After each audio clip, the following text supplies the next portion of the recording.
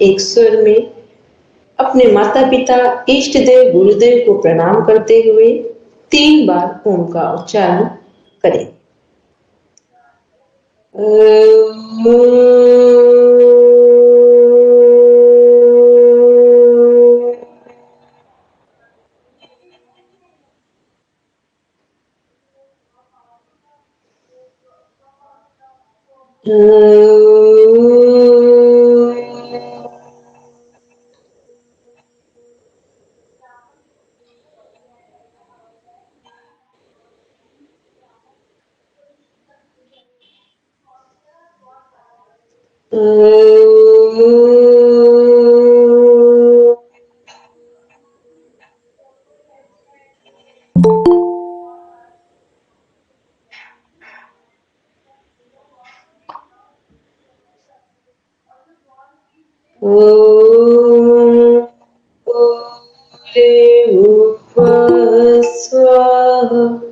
तत्सवितुर्वरेण्यं भर्गो देवस्य धीमहि धियो यो नः प्रचोदयात्।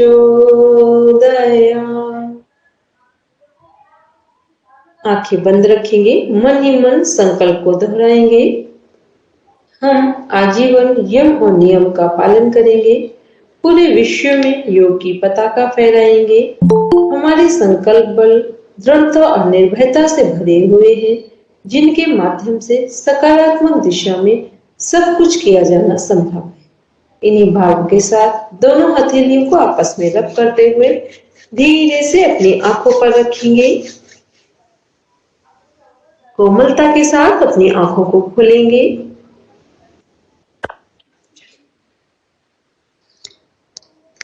ओपन करेंगे पीडीएफ।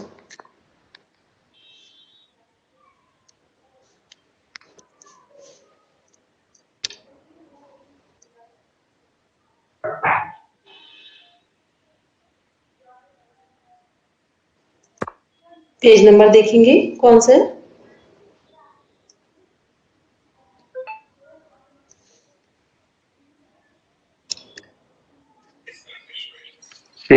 64 है मैम। ठीक है। हेमंत जी या सरोज जी, कोई भी एक लोग पढ़ेंगे? जी मैम।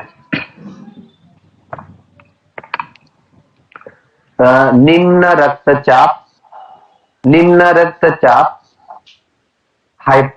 हाइपोटेंशन यह दाब है जिससे धमनियों और नसों में रक्त का प्रभाव कम होने के लक्षण या संकेत दिखाई देते हैं। जब रक्त का प्रवाह काफी कम होता हो तो मस्तिष्क, हृदय तथा गुर्दे जैसे महत्वपूर्ण इंद्रियों में ऑक्सीजन और पौष्टिक पदार्थ नहीं पहुंच पाते, जिससे ये इंद्रियां सामान्य रूप से काम नहीं कर पाती और इससे यह स्थायी रूप से क्षतिग्रस्त हो सकती है। उच्च रक्तचाप के विपरीत निम्न रक्तचाप की पहचान मूलतः लक्षण और संकेत से होती है, न कि विशिष्ट दाब संख्या से। किसी किसी का रक्तचाप 90/50 होता है, लेकिन उनमें निम्न रक्तचाप के कोई लक्षण दिखाई नहीं पड़ते हैं और इसलिए उन्हें निम्न रक्तचाप नहीं होता। तथापि ऐसे व्यक्तियों में जिनका रक्तचाप उच्च है और उनका रक्तचाप यदि 100/60 तथा तक गिर जाता है तो उनमें निम्न रक्तचाप के लक्षण दिखाई देने लगते हैं। यदि किसी को निम्न रक्तचाप के कारण चक्कर आता हो या मितली आती हो या खड़े होने पर बेहोश होकर गिर पड़ता हो तो उसे आर्थोस्टेटिक उच्च रक्तचाप कहते हैं। खड़े होने पर निम्न दाब के कारण होने वाले प्रभाव को सामान्य व्यक्ति शीघ्र ही काबू में कर लेता है, लेकिन जब पर्याप्त रक्तचाप के कारण चक्रीय धमनी में रक्त की आपूर्ति नहीं होती है तो व्यक्ति को सीने में दर्द हो सकता है या दिल का दौरा पड़ सकता है। आघात यह एक ऐसी स्थिति है जिससे जीवन को खतरा हो सकता है।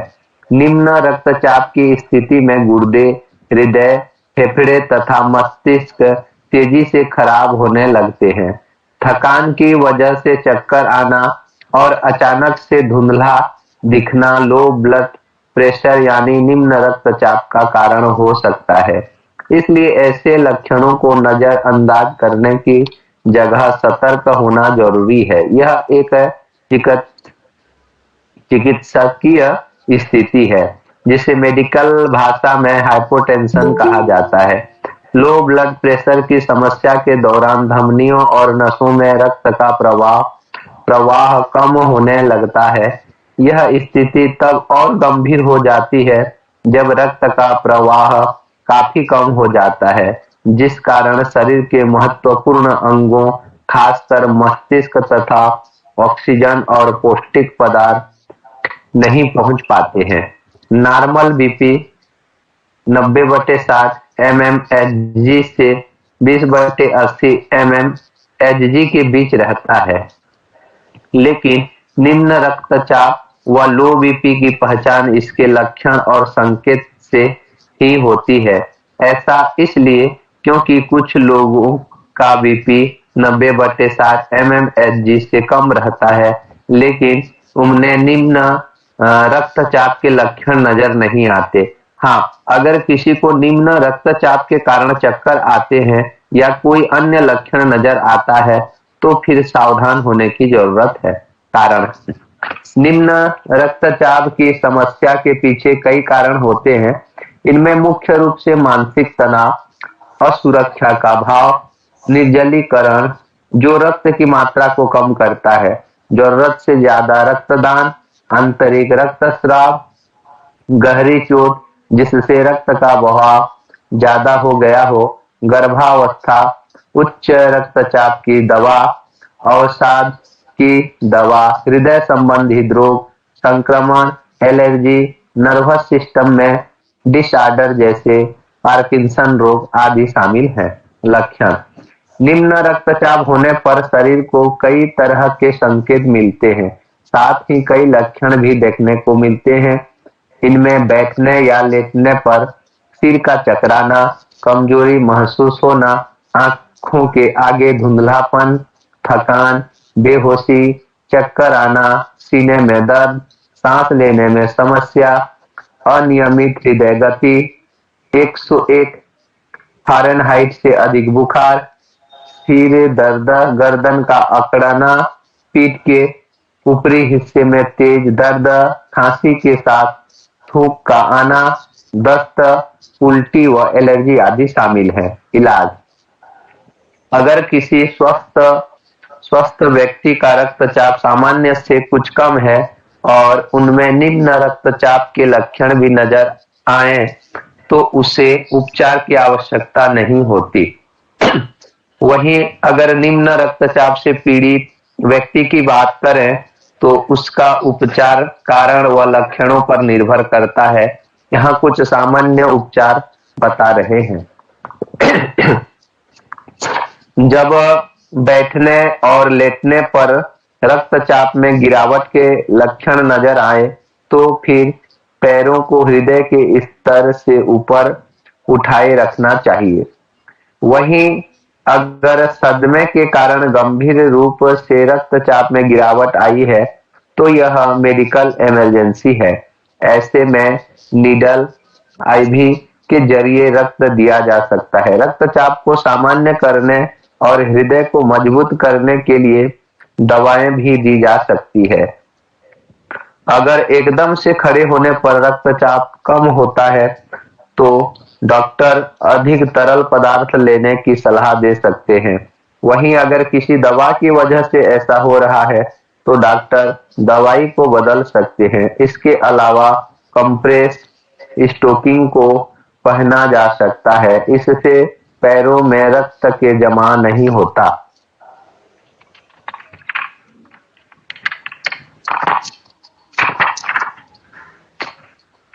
बचाव निम्न रक्तचाप व लो ब्लड प्रेशर से बचने के लिए कुछ टिप्स को अपनाया जा सकता है जैसे कि पर्याप्त तरल पदार्थ का सेवन, पैरों को क्रॉस करके सीधे बैठना, जांग तक को कवर करने वाली कंप्रेस स्टोकिंग पहनना, सिर को थोड़ा ऊंचा करके सोना, साथ ही अपने आहार में नमक की मात्रा को सामान्य रखने, फलों का सेवन करने, शराब व धूम्रपान से दूरी बनाए रखने और नियमित रूप से व्यायाम व योग करने की सलाह भी डॉक्टरों द्वारा दी जाती है। ओके रूमेटिक ज्वर। हेमंत जी, यहीं रुकेंगे। हम लोग देखेंगे, कल उन्होंने उच्च रक्तचाप देखा था कि हाई ब्लड प्रेशर जिनको होता है उनको तत्काल क्या हम लोग करें, with in 5 to 20 minutes high blood pressure को बैलेंस कर लिया जाए। इन दिस वे, इसी तरीके से जैसे हाई बीपी को कंट्रोल किया जा सकता है, ऐसे लो बीपी को भी कंट्रोल किया जा सकता है। लो बीपी में पहले एक चीज देखेंगे, जब कभी इसमें से कितने लोगों का लो बीपी है, प्रतिमा जी, सरोज जी, किनको किनको लो बीपी, आप लोग का लो बीपी रहता है प्रतिमा जी? जी मैं जी, आपका लो बीपी आता होगा, ठीक। जिसका भी लो बीपी हो, जिसका भी, ठीक है, ये नहीं कि हम किसी को पर्टिकुलर, बस फेस से ने बोला कि प्रतिमा जी का लो जाएगा और सभी लोगों के लिए पता है। तो लो बीपी जब भी जाता है आप चेक करेंगे, लेफ्ट स्वर चलता है, ठीक। ऐसे रखो अपने हाथ में, आंख बंद करके आराम से पहले फील कर लीजिए कि किस नोस्ट्रिल से श्वास आ रहा है, लेफ्ट से कि राइट से।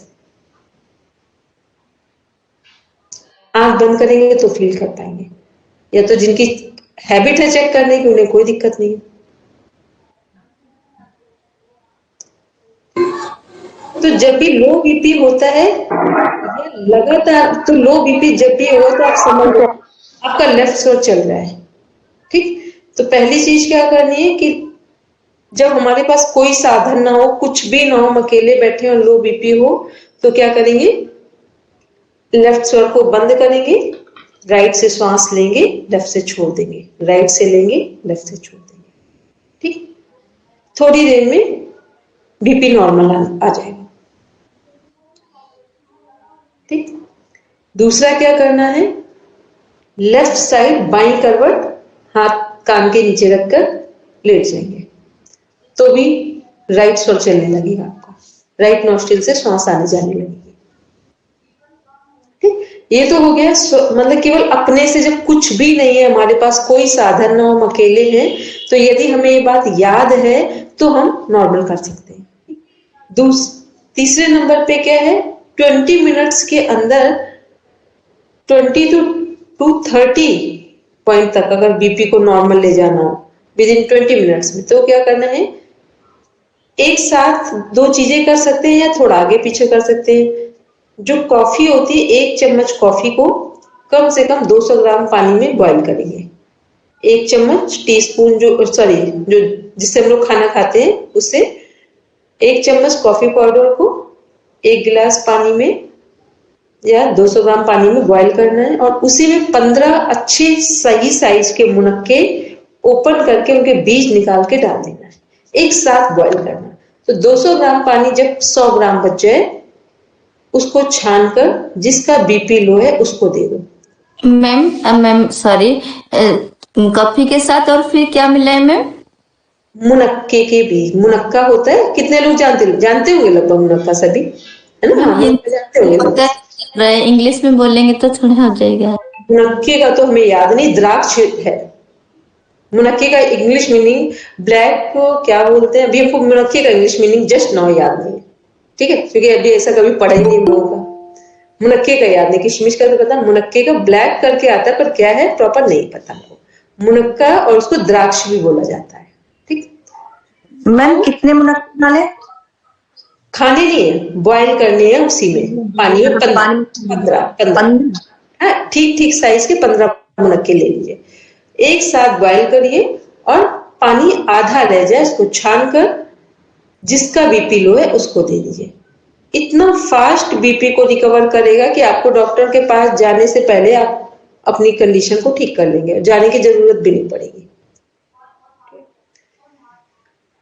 नेक्स्ट क्या है, जिनका बीपी लगे कि एकदम से लो हो गया है, तो ठीक ठीक पानी को गर्म करेंगे, हल्का सा नमक डालेंगे उसमें, हल्का सा, और उसके बाद घुटने तक पानी, नी पोर्शन तक, घुटने तक पानी को क्या करना है, बाल्टी में डुबो देना है।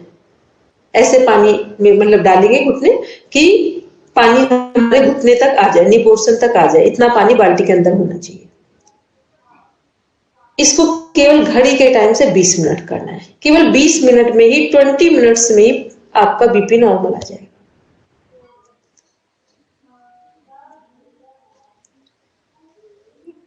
अब किसी का बहुत ज्यादा, मैडम बोलिए। मैडम कितने मिनट बोले? 20 मिनट्स, पानी में 20 मिनट्स, 20 मिनट।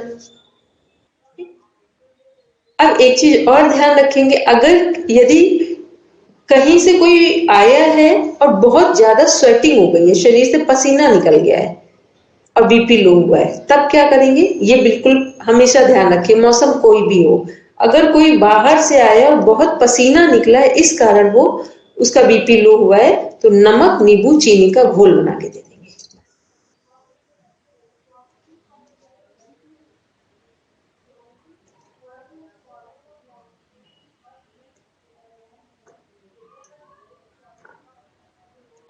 ठीक, तो ये था हम लोगों का बीपी यदि किसी का लो है उसे ठीक करने का। अब बीपी लो और हाई दोनों फ्रीक्वेंसी हमारी नॉर्मल रहे, उसके लिए क्या करना है? फ्रीक्वेंसी दोनों हमारी नॉर्मल रहे, ना हमारा लो हो और ना हाई हो। तो जो लोग भी 20 मिनट चेन सिस्टम में अनुलोम विलोम प्राणायाम को 1 हफ्ते कर लेते हैं, ओनली 1 वीक, तो उनका बैलेंस में आ जाता है, ना लो ना हाई, फ्रीक्वेंसी बैलेंस में हो जाएगी। ठीक, तो पहली रेमेडी क्या करनी है कि बैलेंस में रहे, ठीक, प्राणायाम से। दूसरे में क्या है, जो सडन कभी ऐसी चीजें फील हो तो हमने 3 से 4 चीजें आपको बताई, इनमें से कुछ भी कर लीजिए, पर कुछ चीजें हमेशा ऐसी रखिए कि जब कोई ऑप्शन ना हो फिर भी हम अपने चीजों को कंट्रोल कर सकें, अपनी प्रॉब्लम्स को कंट्रोल कर सकें। तो उसमें से जो स्वर विज्ञान होता है कि कौन सा स्वर चल रहा है, अगर बीपी हाई है तो कौन सा स्वर चलना चाहिए? बीपी हाई है तो किस करवट लेटेंगे? राइट कर, राइट, दाएं साइड। और बीपी लो है तो किस करवट लेटेंगे? लेफ्ट साइड, ठीक, बाएं करवट। बीपी लो है तो कौन से नोस्ट्रिल से सांस लेंगे और छोड़ेंगे? राइट से, राइट से लेंगे और लेफ्ट राइट से से लेकर लेफ्ट से छोड़ेंगे। और अगर बीपी हाई है तो क्या करेंगे? लेफ्ट से सांस लेंगे और राइट से छोड़ेंगे। ठीक, तो ये क्या है, ये ऐसी चीज है कि जब कुछ भी ना हो, हम अकेले बैठे तो भी कर सकते हैं इस चीज को। बोलेंगे हेमंत जी, कुछ कह रहे हैं? कौन से करवट में सुना है मैम, एक बार और रिपीट कर देंगे तो थोड़ा सा नहीं सुन पाए। जब हाई बीपी होगा, ध्यान से सुनिए, हाई बीपी को यदि लो करना है तो हम दाईं करवट लेटेंगे, हाँ, कान के नीचे। और जब बीपी लो है और उसे हाई करना है तो लेफ्ट करवट, बाईं करवट लेटेंगे। क्लियर हेमंत जी? चलिए अब आगे मुझे बढ़ते हैं। लेफ्ट राइट ब्रीथ का लो है का बताइए, ब्रीथ जो लेना है वो बता दीजिए मैम फिर से प्लीज। मतलब अगर हाई बीपी हो तो हम राइट नोस्ट्रल से, मतलब राइट या लेफ्ट किससे हम ब्रीथ ध्यान करेंगे? से सुनिए, हाई बीपी हो तो लेफ्ट नोस्ट्रिल से श्वास लेंगे और राइट से छोड़ेंगे, लो बीपी हो तो राइट से श्वास लेंगे और लेफ्ट से छोड़ेंगे। ठीक, चलिए। और अपना बीपी नॉर्मल रखना हो तो क्या करना है? अनुलोम विलोम प्राणायाम। ये क्या है? ये बैलेंस करने का सूत्र है। ठीक, सब लोग ध्यान। चलिए आगे पढ़ेंगे हेमंत जी। रूमेटिक ज्वर, आम वात ज्वर, रूमेटिक फीवर या रूमेटिक हृदरोग एक ऐसी अवस्था है जिसमें हृदय के वाल ढक्कन जैसी संरचना जो खून को पीछे बहने से रोकती है, एक बीमारी की प्रक्रिया से क्षतिग्रस्त हो जाता है। यह प्रक्रिया स्ट्रेप्टोकोकल बैक्टीरिया के कारण गले के संक्रमण से शुरू होती है। यदि इसका इलाज नहीं किया जाए, गले का यह संक्रमण रूमेटिक बुखार में बदल जाता है। बार बार के रूमेटिक बुखार से ही रूमेटिक हृदय रोग विकसित होता है। रूमेटिक बुखार एक सूजने वाली बीमारी है जो शरीर के खासकर हृदय, जोड़ों, मस्तिष्क या त्वचा को जोड़ने वाली ऊतकों को प्रभावित करती है। जब रूमेटिक बुखार हृदय को स्थायी रूप से क्षतिग्रस्त करता है तो उस अवस्था को रूमेटिक हृदय रोग कहा जाता है। हर उम्र के लोग गंभीर रूमेटिक बुखार से पीड़ित हो सकते हैं, लेकिन सामान्य तौर पर यह 5 से 15 वर्ष की उम्र के बच्चों में होता है।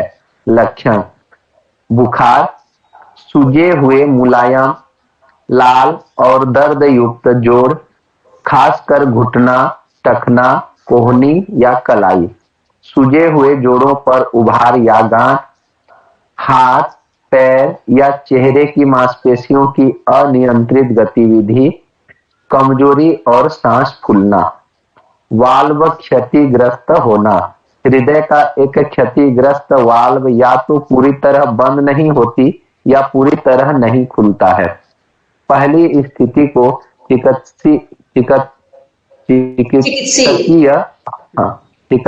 चिकित्सकीय भाषा में इनसफिशियंसी और दूसरी स्थिति को स्टेनोसिस कहते हैं। पूरी तरह बंद नहीं होने वाले हृदय के वाल्व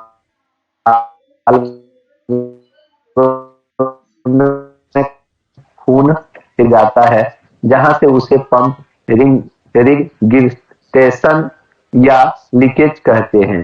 हृदय की अगली धड़कन के साथ यह खून वाल्व से पार होकर सामान्य रूप से बहने वाले खून में मिल जाता है। हृदय से गुजरने वाली खून की यह अतिरिक्त मात्रा हृदय की मांसपेशियों पर अतिरिक्त बोझ डालती है। जब हृदय का वाल्व पूरी तरह नहीं खुलता है, तब हृदय को खून की सामान्य से अधिक मात्रा पंप करनी पड़ती है ताकि संकरे रास्ते में पर्याप्त खून शरीर में जाए। सामान्य तौर पर इसकी कोई लक्षण तब तक दिखाई नहीं देता जब तक कि रास्ता अत्यंत संकरा न हो जाए। पहचान और उपचार: छाती के एक्सरे और ईसीजी, इलेक्ट्रोकार्डियोग्राम दो ऐसी सामान्य जांच हैं जिनसे पता चलता है कि हृदय प्रभावित हुआ है या नहीं। चिकित्सक इसका उपचार मरीज के सामान्य स्वास्थ्य, चिकित्सकीय इतिहास और बीमारी की गंभीरता के आधार पर तय करते हैं। क्योंकि रूमेटिक बुखार हृदय रोग का कारण है, इसलिए इसका सर्वोत्तम उपचार रूमेटिक बुखार के बार बार होने से रोकना है। रोकथाम: रूमेटिक हृदय रोग को रोकने का सर्वश्रेष्ठ उपाय रूमेटिक बुखार को रोकना है। गले के संक्रमण के तत्काल और समुचित उपचार से इस रोग को रोका जा सकता है। यदि रूमेटिक बुखार हो तो लगातार एंटीबायोटिक उपचार से इसके दोबारा आक्रमण को रोका जा सकता है। पाचन संस्थान से संबंधित रोग, पौष्टिक वर्ण या अल्सर, जठरशोथ, कब्ज, दस्त, पीलिया, अभी लोग पढ़ रहे थे रूमेटिक ज्वर। ठीक है, रूमेटिक बुखार या ज्वर क्या है? रूमेटिक बुखार एक तरह से जब हृदय का जो हमारा हार्ट का वाल्व है वो पूरी तरह से काम नहीं कर रहा होता है, खून का सही से प्रवाह नहीं हो रहा होता है, फ्लो नहीं बन रहा होता है नस नाड़ियों में। तो ये क्या है, इसके कारण रूमेटिक ज्वर है कि पूरे जोड़ों में दर्द भी होगा, स्वेलिंग भी होगी, जॉइंट्स पेन भी होगा, स्वेलिंग भी होगी, प्लस फीवर भी आएगा। तीनों चीजें एक साथ होती हैं। एक तो सिंपल आर्थराइटिस होता है कि जॉइंट पेन होता है, लेकिन यहाँ क्या है, रूमेटिक ज्वर में पेन भी होगा और फीवर भी आएगा। तो ये थोड़ा सा क्रिटिकल प्रॉब्लम है। तो इसके लिए पहली चीज समझ ले, हार्ट को ठीक रखना है। यदि किसी को हार्ट की समस्या रहती हो तो इस समय ठंड के मौसम में नॉर्मल जिनको अपना हार्ट ठीक रखना हो, लंग्स ठीक रखना हो, तो डेली रूटीन में जितना एक आंवले का पाउडर होता है, एक आंवले का पाउडर 1 चम्मच होता है लगभग नॉर्मल, यदि आप पूरा जितना हमारे हर दिन है 365 दिन है, इनमें आंवले को संडे के दिन लेने को मना किया जाता है। तो आप यदि रेगुलर लेते हैं तो आपको हार्ट की, लंग्स की, किडनी की ये समस्या नहीं होगी, और शुगर की। इतना काम केवल आपका जो आंवले का पाउडर है वही कर देता है। तो जब आंवले का पाउडर ना हो, जैसे अभी इस मौसम में आप डायरेक्ट ले सकते हैं आंवला और गाजर का जूस। आंवला और गाजर का जूस आपके हार्ट को बहुत स्ट्रांग करता है, और ये जो रिमेटिक ज्वर है इन सब की प्रॉब्लम्स को रिमूव करता है। दूसरे एक चीज ऐसी है जो हार्ट के लिए टॉनिक है। हार्ट की टॉनिक किसे कहा जाता है? अर्जुन छाल को कहा जाता है। अर्जुन छाल का पाउडर आता है, अर्जुन छाल भी आती है, इसे हार्ट की टॉनिक कहा जाता है आयुर्वेद और नेचुरोपैथी में। मतलब वन वे अगर कोई औषधि है जो एक चीज पूरे हार्ट को रिकवर करती है, इवन किसी की सर्जरी हो गई हो दोबारा चांसेस नहीं आएंगे, कोई ब्लॉकेज हो अगर मतलब स्टार्टिंग मोमेंट में लेना शुरू कर देगा तो वहां पे भी रिकवरी शुरू हो जाती है इसको लेकर। लेकिन इसको लेते कब है? इसे लेते हैं जो ये अर्जुन छाल का पाउडर है, इसे ठंड के मौसम में लिया जाता है। तो इसमें क्या क्या कंट्रोल होता है अर्जुन छाल से? पहले हार्ट रिकवर होता है, कोलेस्ट्रॉल डाउन हो जाएगा, बीपी नॉर्मल आएगा, पेट ठीक हो जाएगा, मोटापा जिनका अधिक बढ़ा है कुछ होगा, शुगर का लेवल डाउन होगा। ये सब जितनी हार्ट से रिलेटेड प्रॉब्लम्स बढ़ रही थी वो सबको केवल अर्जुन छाल के पाउडर से ही लाभ मिल जाता है। ठीक, लेते कैसे? 1 चम्मच पाउडर को रात में भिगो देते हैं, सुबह उस पानी को बॉयल करके छान कर पी जाते हैं। ये लेने का तरीका है। चलिए, कुछ पूछ रहे कोई? बोल जी मैम।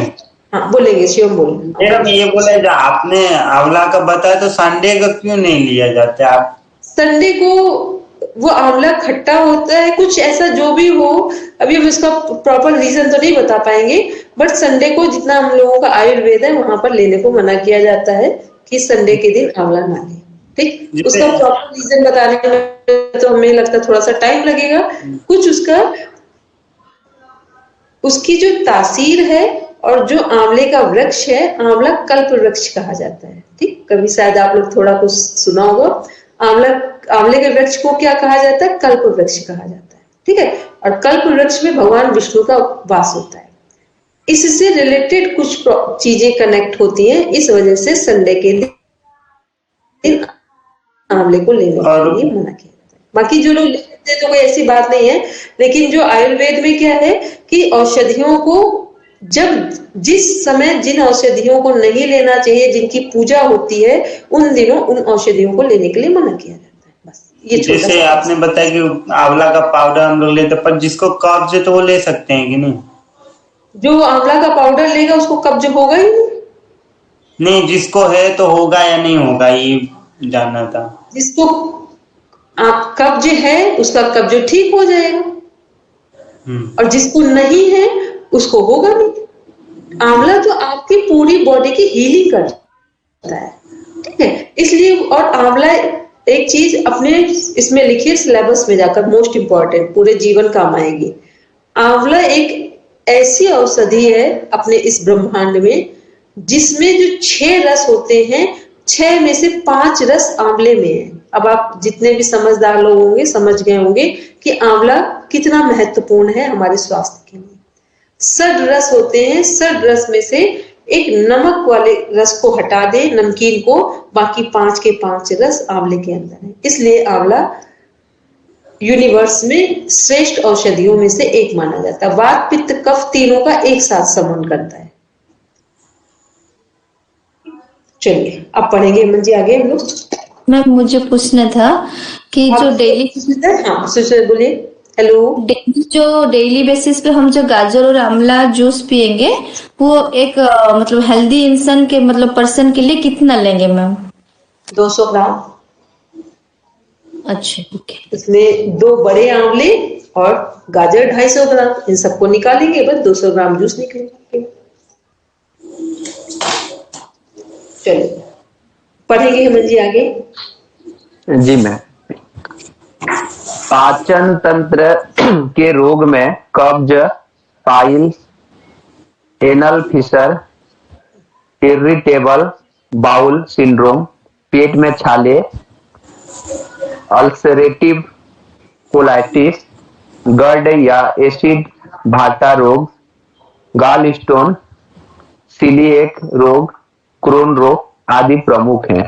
कुछ ऐसे लक्षण हैं जो पाचन तंत्र की बीमारी का संकेत देते हैं, जैसे दस्त, कब्ज, पाचन प्रणाली से खून आना, रिजिटेशन और निगलने में कठिनाई आदि।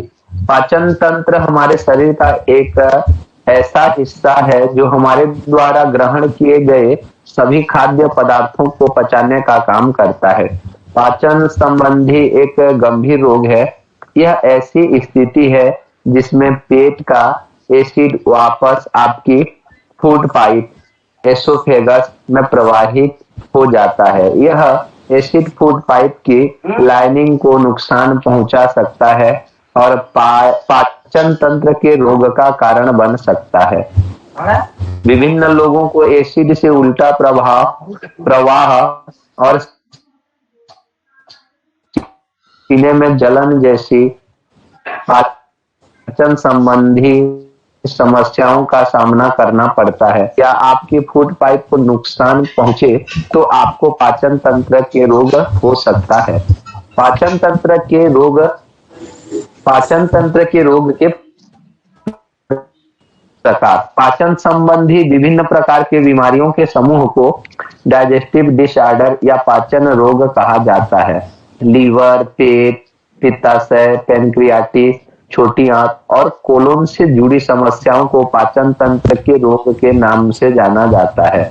पाचन तंत्र के रोग से होने वाले कुछ आम लक्षण। पहला, पेट फूला हुआ लगना या पेट में गैस बनना। दूसरा, उल्टी और मतली। तीसरा, सीने में जलन। चौथा, भोजन वापिस बाहर निकल आना। पांचवा, दस्त, कब्ज या मल त्याग करने के समय में कुछ बदलाव होना। छठवां, खाना खाने से पहले और बाद में पेट में दर्द महसूस होना। सातवां, जीवन के शुरुआती उम्र में, बीच की उम्र में या वृद्ध होने पर अपच होना। आठवां, निरंतर वजन घटना। नौवां, मल में ब्लड का आना या बलगम और ब्लड दोनों आना। 10वां, मल त्याग करने के दौरान दर्द होना। 11वां, पेट संबंधी किसी भी प्रकार के लक्षण के साथ थकावट, सुस्ती या अस्वस्थ महसूस होना। 12वां, निगलने में कठिनाई व दर्द होना, भूख का कम लगना। 13वां, काले रंग का मल आना। पाचन तंत्र के रोग का कारण। भोजन संबंधी आदतें जो कब्ज का कारण बन सकती है।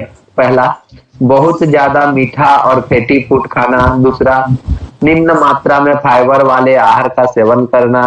तीसरा, भोजन में पर्याप्त मात्रा में पानी और अन्य तरल पदार्थ का मौजूद न होना। चौथा, स्मोकिंग, शराब, चाय, कॉफी आदि का सेवन करना। गाल स्टोन। गाल ब्लैडर एक तरल पदार्थ का निर्माण करता है जिसे गाल जूस कहते हैं, या गाल जूस बॉडी में कोलेस्ट्रॉल को पचाने का काम करता है। गाल ब्लैडर में पथरी पैदा करने वाले कारण का अभी स्पष्ट रूप से पता नहीं चल पाया है। यदि गाल ब्लैडर से गाल जूस के फ्लो में किसी प्रकार की बाधा हो रही है या फिर गाल जूस में कोलेस्ट्रॉल की मात्रा बढ़ गई है तो गाल ब्लैडर में स्टोन बनने लग सकती है। पित्ताशय में पथरी निम्नलिखित कारणों से भी हो सकती है। पहला, परिवार में पहले किसी को गाल ब्लैडर में पथरी होना। दूसरा, शरीर का तेजी से वजन कम होना। तीसरा, लीवर से संबंधित किसी प्रकार का बीमारी होना। चौथा, अधिक फैटी फूड खाना। पांचवा, अधिक कोलेस्ट्रॉल वाले भोजन खाना। छठवां, नियमित रूप से ऐसे खाद्य पदार्थों का सेवन करना जिसमें फाइबर कम हो। पेट में अल्सर। पेट में बैक्टीरियल इन्फेक्शन होना या फिर बार बार एस्पिरिन, प्रोफेन व अन्य सूजन व जलन की रोकथाम करने वाली दवाएं के सेवन से भी पेट में अल्सर हो सकता है, जो पाचन रोग का कारण बनता है। कब्ज, यह आमतौर पर अनुचित डाइट और सुस्त लाइफस्टाइल के कारण होती है। एसिड भाटा रोग, GERD, जब आप कुछ निगलते हैं तो स्फंक्टर कमजोर पड़ जाते हैं या अनुचित तरीके से काम करने लग जाते हैं तो कई बार बिना किसी वजह से खुल जाते हैं, जिससे पेट के अंदर के अम्लीय पदार्थ वापस भोजन नली में आ जाते हैं। ये अम्लीय पदार्थ भोजन नली की परत में जलन पैदा कर देते हैं। इस स्थिति को एसिड भाटा रोग कहा जाता है। कई बार इस स्थिति में भोजन नली में सूजन व लालिमा भी हो जाती है। कुछ स्थितियां मोटापा, गर्भाव, स्था, सिगरेट पीना, शराब, अधिक मात्रा में चाय और कॉफी आदि हैं, जो एसिड भाटा रोग के विकसित होने की आशंका को बढ़ा देती है। पाइल्स, नसों में सूजन आने से गुदा के आसपास के क्षेत्र में दबाव बढ़ जाता है, जिसे बवासीर कहा जाता है। बवासीर होने के कारण मोटापा, गर्भावस्था, टॉयलेट में लंबे समय बैठे रहना, लंबे समय से दस्त या कब्ज होना, मल त्यागने के दौरान अधिक जोर लगाना, कम फाइबर वाले आहार खाना। इंफ्लेमेटरी बाउल डिजीज, IBD, इस रोग में आपके पाचन तंत्र में सूजन, लालिमा और जलन पैदा हो जाती है।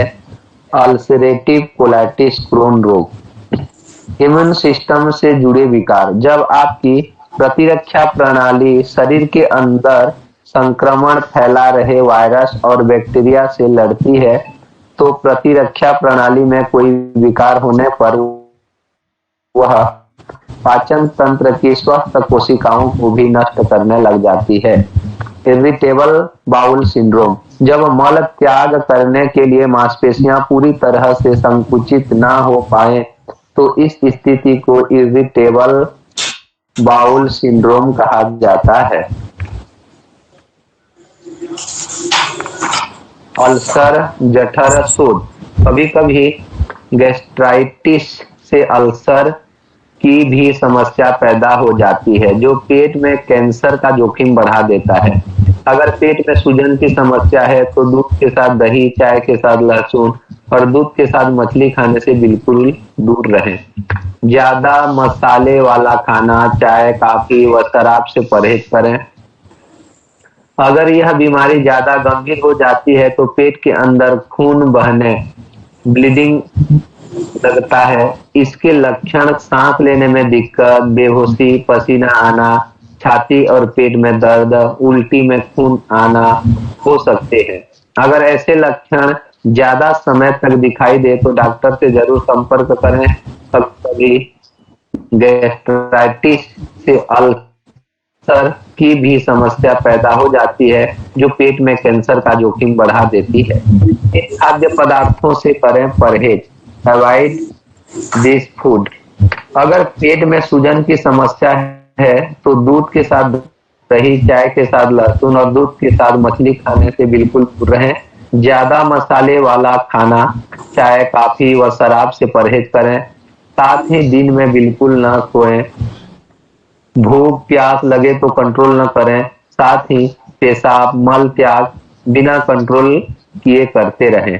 ये भी हो सकता है कारण गैस्ट्रो इंटेस्टिनल बैक्टीरियल संक्रमण भी जन्म ले सकता है। हेलिकोबैक्टर पाइलोरी वायरस एक सामान्य बैक्टीरियल संक्रमण होता है, जिससे पेट की सूजन बढ़ती है। इस बैक्टीरिया से पेट की परत संक्रमित हो जाती है। दूषित पानी और भोजन का सेवन करने से यह फैल जाता है। इनका करें सेवन। गैस्ट्राइटिस जैसी बीमारी हो या फिर लक्षण हो तो उच्च फाइबर वाले खाद्य पदार्थों का सेवन करना चाहिए। इनमें गाजर, सेव, ब्रोकली और दलिया शामिल हैं। मछली, चिकन और शराब से बचना चाहिए। कम एसिडिटी वाले ओक खट्टे खाद्य पदार्थ न खाएं। बिना कैफीन और कार्बोनेटेड वाले पेय का सेवन करें। कब्ज क्या है?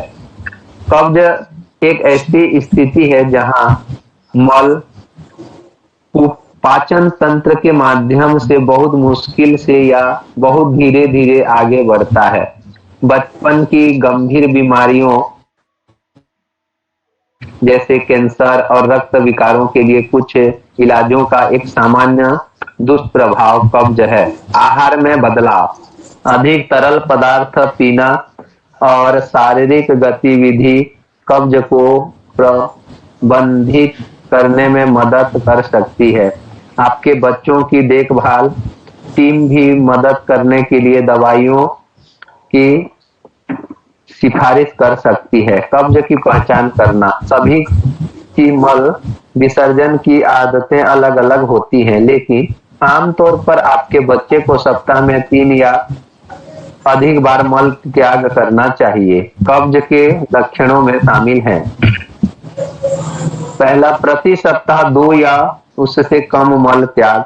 कठोर, सूखा, ढेलेदार मल, सामान्य से अधिक बड़ा मल आना या छोटे छोटे टुकड़ों में मल आना। मल त्याग करने के दौरान दर्द या तनाव, पेट में ऐंठन और दर्द, गैस, ब्लॉटिंग, सूजा हुआ पेट। मल त्याग के बाद फिर से सो जाने की जरूरत महसूस होना, जी मिचलाना और उल्टी होना। कब्ज की पुष्टि के लिए आपके बच्चों को मेडिकल जांच की आवश्यकता हो सकती है। जांच में स्वास्थ्य इतिहास, पेट को महसूस करना, लैब जांच या इमेजिंग जांच शामिल हो सकते हैं।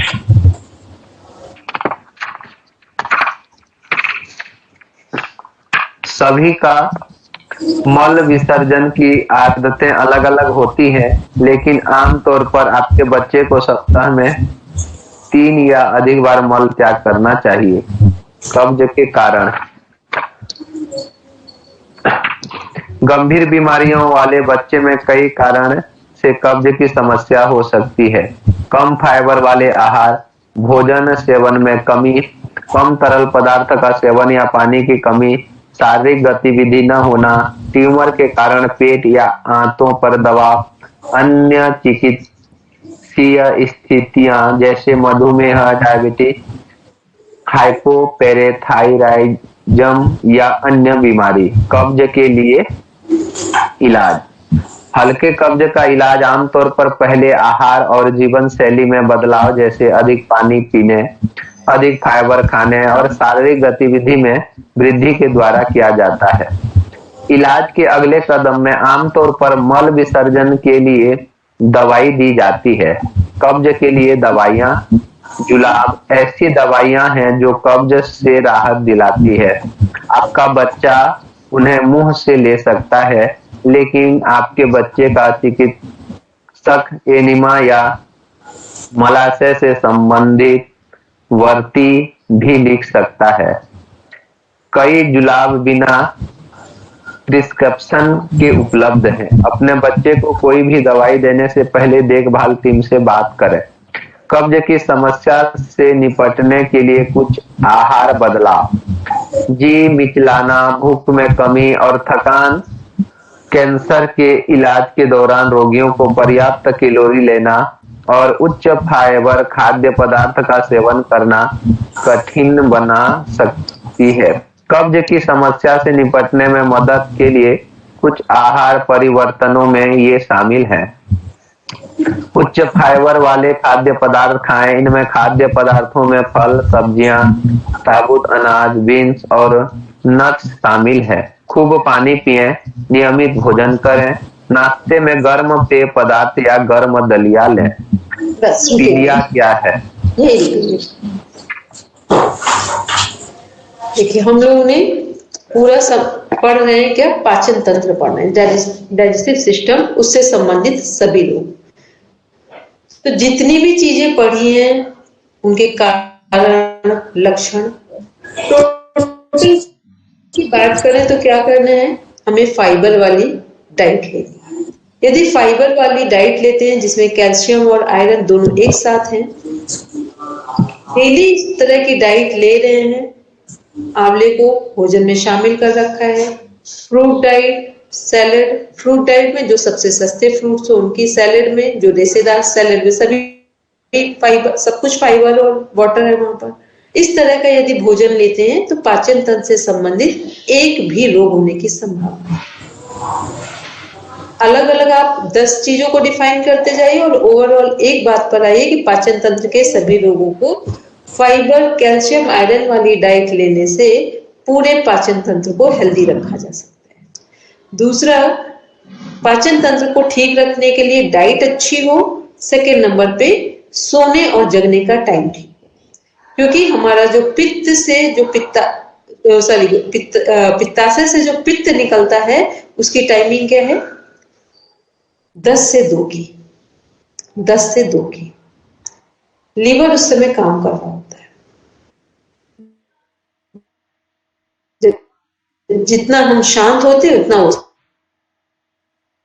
सही से प्रोसेस। पहले सो जाते हैं 9 से 10 के बीच में और सुबह सूर्योदय से पहले उठ जाते हैं, उनका पाचन तंत्र ठीक रहेगा। दिन में डाइट अच्छी लीजिए और रात को सही टाइम पर सो जाइए और सुबह टाइम से उठ जाइए। फिर थर्ड नंबर पे योगिक प्रैक्टिस डेली पार्ट का हिस्सा होना चाहिए। फोर्थ नंबर पे भोजन करते समय पानी ना पिए। भोजन के आधे घंटे बाद, 20 मिनट से आधे घंटे बाद पानी पिए। इतनी चीजों का ध्यान रखेंगे तो पूरा पाचन तंत्र ही आपका ठीक से काम करेगा, जिससे पाचन तंत्र से संबंधित जितने भी ऑर्गन है वो सभी स्वस्थ रहेंगे। अब नेक्स्ट जिसके भी क्वेश्चन है वो सब अपने पास रखेंगे, नेक्स्ट क्लास में डिस्कस करेंगे क्योंकि टाइम ओवर हो चुका है। नेक्स्ट क्लास है इसी के जस्ट बाद आपकी। चलिए सब बैठेंगे शांति पाठ के लिए।